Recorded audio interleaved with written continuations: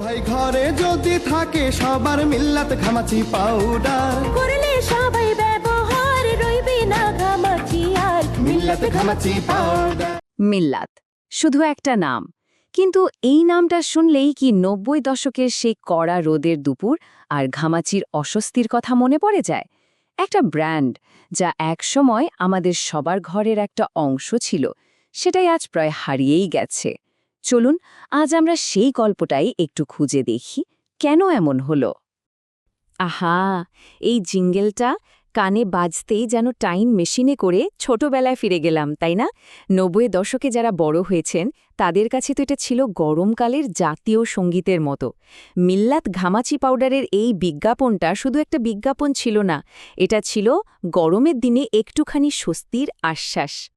কিন্তু প্রশ্নটা হলো, যে ব্র্যান্ডটা একসময় বাজারের আনডিসপিউটেড কিং ছিল, সেটা আজ কোথায়?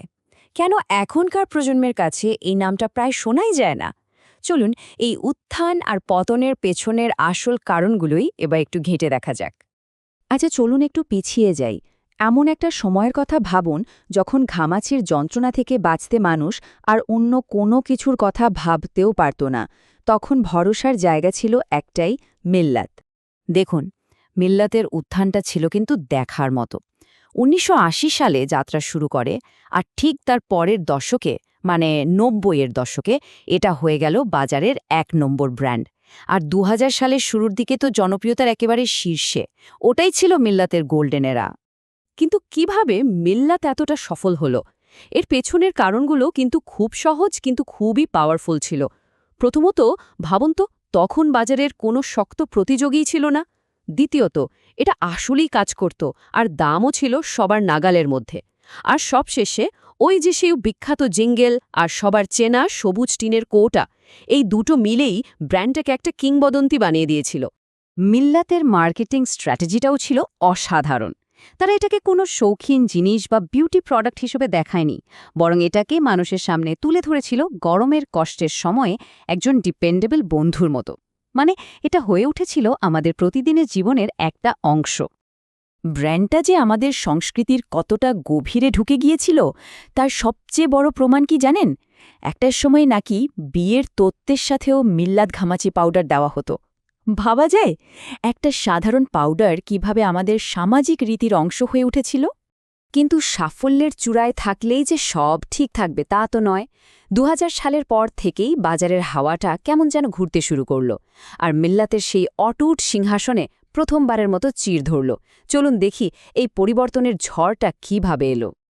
দেখুন, বাংলাদেশের অর্থনীতি তখন বড় হচ্ছিল, মানুষের হাতে টাকা আসছিল, আর এর সাথে সাথে তাদের রুচি আর পছন্দও বদলাচ্ছিল। মানুষ তখন শুধু কাজের জিনিস খুঁজছিল না, তারা চাইছিল এমন প্রোডাক্ট যা দেখতে সুন্দর, প্যাকেজিং আধুনিক আর ব্যবহারে একটা নতুন অনুভূতি দেবে। আর ঠিক এই সুযোগটাই নিল নতুন সব প্লেয়াররা।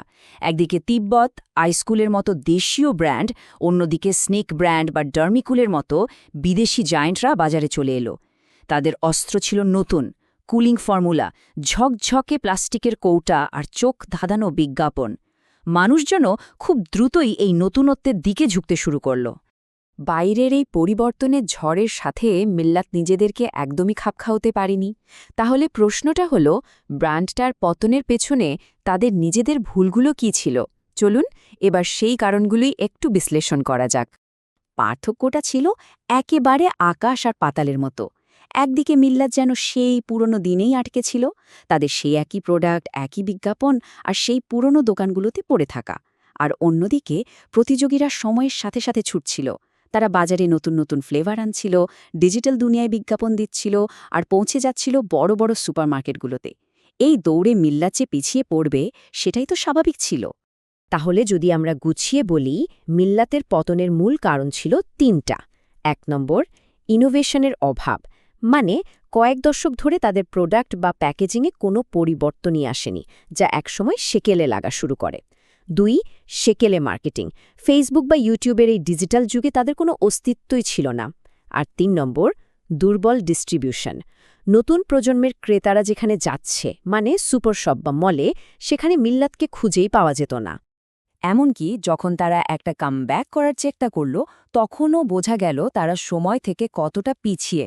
2019 সালের সেই নতুন বিজ্ঞাপনটা এতটাই পুরনো ধাঁচের ছিল যে এটা আসলে নতুন প্রজন্মের সাথে কোনো কানেকশনই তৈরি করতে পারেনি। চেষ্টাটা ভালো ছিল, কিন্তু ব্যর্থ। তাহলে মিল্লাতের এই পুরো গল্পটা থেকে আমরা কি শিখলাম? একসময়ের বাজারের রাজা, তার এই পতন আমাদের ঠিক কি বলে যায়? বাস্তবতাটা বেশ কঠিন। আজ যদি শহরের কোনো দোকানে মিল্লাত ঘামাচি পাউডার খুঁজতে যান, হয়তো পাবেনই না। এটি এখন মূলত কিছু গ্রামীণ বাজারে কোনো মতে টিকে আছে, যেখানে পুরনো দিনের পরিচিতি আর বিশ্বাসটাই এর শেষ সম্বল। কিন্তু এই টিকে থাকাটা তো আসলে অতীতের ছায়া মাত্র। আর শেষ পর্যন্ত এটাই হলো সবচেয়ে বড় শিক্ষা। মিল্লাতের গল্পটা আমাদের চোখে আঙুল দিয়ে দেখিয়ে দেয় যে বাজারে টিকে থাকতে হলে সময়ের সাথে বদলাতে হবে, নতুন কিছু করতে হবে। এর কোনো বিকল্প নেই। এক সময়ের সেরা ব্র্যান্ডও যদি সময়ের সাথে নিজেকে না বদলায়, তাহলে সে হারিয়ে যেতে বাধ্য। এখন প্রশ্ন হল, আজকের দিনের বড় বড় ব্র্যান্ডগুলো কি এই গল্পটা থেকে কোনো শিক্ষা নিচ্ছে?